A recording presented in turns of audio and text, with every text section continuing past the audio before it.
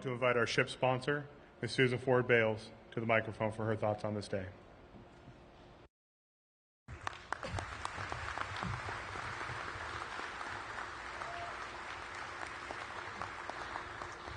Captain Meier, Captain McCormack, Lieutenant Commander Roberts, Command Master Chief Novak, crew members Rolf Barchi, Matt Mulheron, Jennifer Dunn, my fellow shipbuilders, Rick and Dee Albin from Grand Rapids, ladies and gentlemen.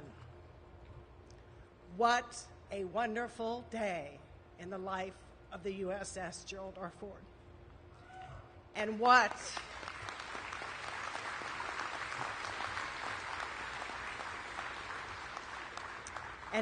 a wonderful day in the legacy of the man I'm so grateful to call Dad. As many of you know, Brett Grill also created the statue of my dad that is in the United States Capitol Rotunda. Brett, I never thought it was possible, but the statue for the ship is even more magnificent. You have created a tribute to Dad that is the mighty ship that is singularly unique. Thank you and congratulations, Brett. This statue is a result of years of planning, research, and discussion. My heartfelt thanks go to Mary Pat Woodard, Greg and Annie Willard, Leon and Barbara Parma, Jeff and Chris Mason, Randy Baumgardner, and my husband Vaden for their guidance and their very generous support to make this statue possible. But a special thank you goes to Captain John Meier for his suggestions, his perspectives, and yes, his patience. To each of you, I thank you from the bottom of my heart for making this statue a reality.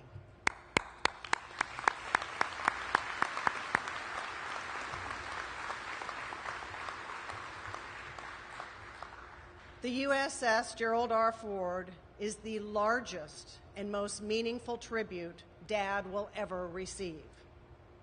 As you just heard from Greg, it's the tribute about which Dad was grateful beyond words.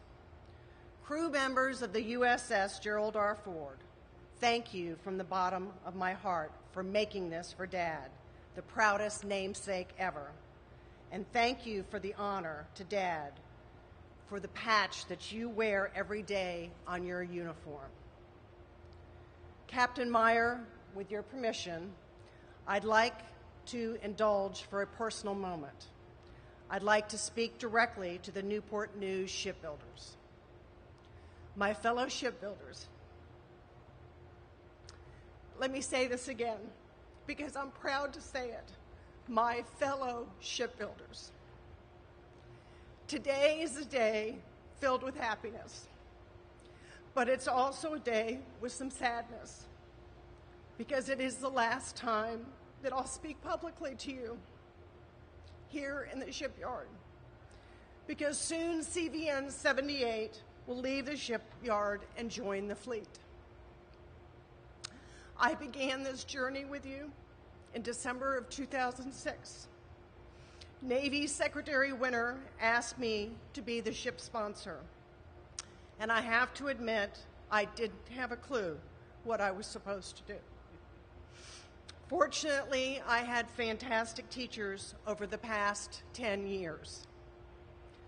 The first place I looked for this guidance was to you shipbuilders. And what did you think about this ship that you work on day in and day out? How could I make that experience even better? The pride the Newport News shipbuilders have for their work is like none other. Every single worker is in the shipyard, understands the importance of their work and the need for quality in everything that they do. Patriotic commitment to excellence is not a slogan to the shipbuilders. It's your part of your very being. Whatever the challenges were for this new class of carriers presented, and goodness knows we had them, and we've dealt with many challenges. Every single one of them you solved.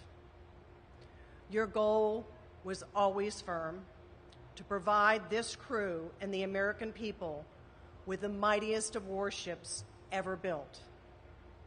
Ladies and gentlemen, that is exactly what the shipbuilders of Newport News have done. Along the way, I've turned wrenches with you, I've punched holes, I've pulled cable, I've strung telephone wires, I've worked up in the big blue crane, I've tested weapons elevators, launched EMAL sleds, calibrated dual-band radar, turned on the pumps to flood the dry dock, and tested the giant hangar bay doors. And yes, I've probably seen a few things that were not exactly on the regular tours that people see.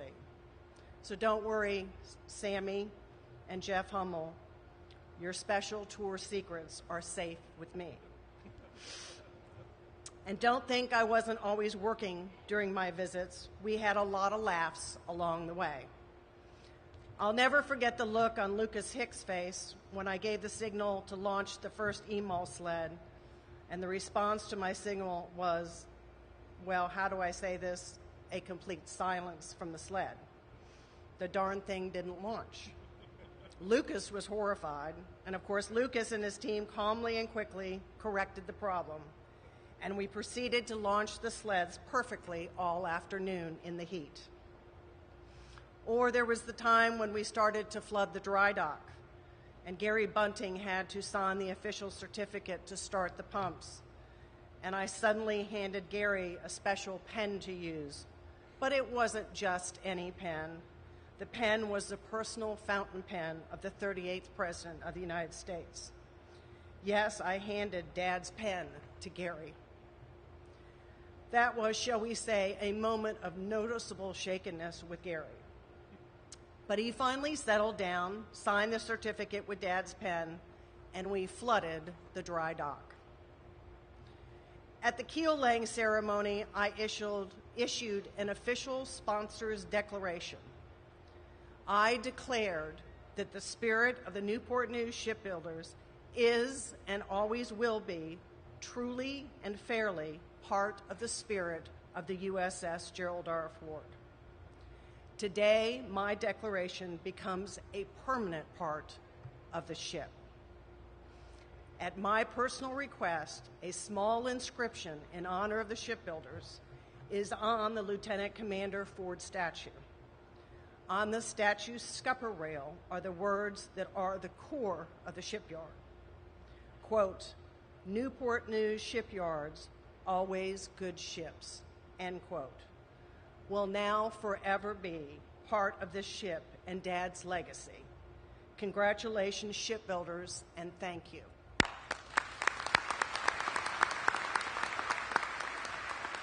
Captain Meier, members of the crew of the USS Gerald R. Ford, my fellow shipbuilders, thank you from the bottom of my heart for all that you've done to make my journey and your ship sponsor so extraordinary.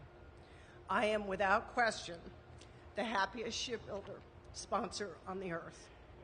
May God bless and watch over the USS Gerald R. Ford, those who build her, and the brave men and women who serve aboard her. May God bless America. Thank you very much.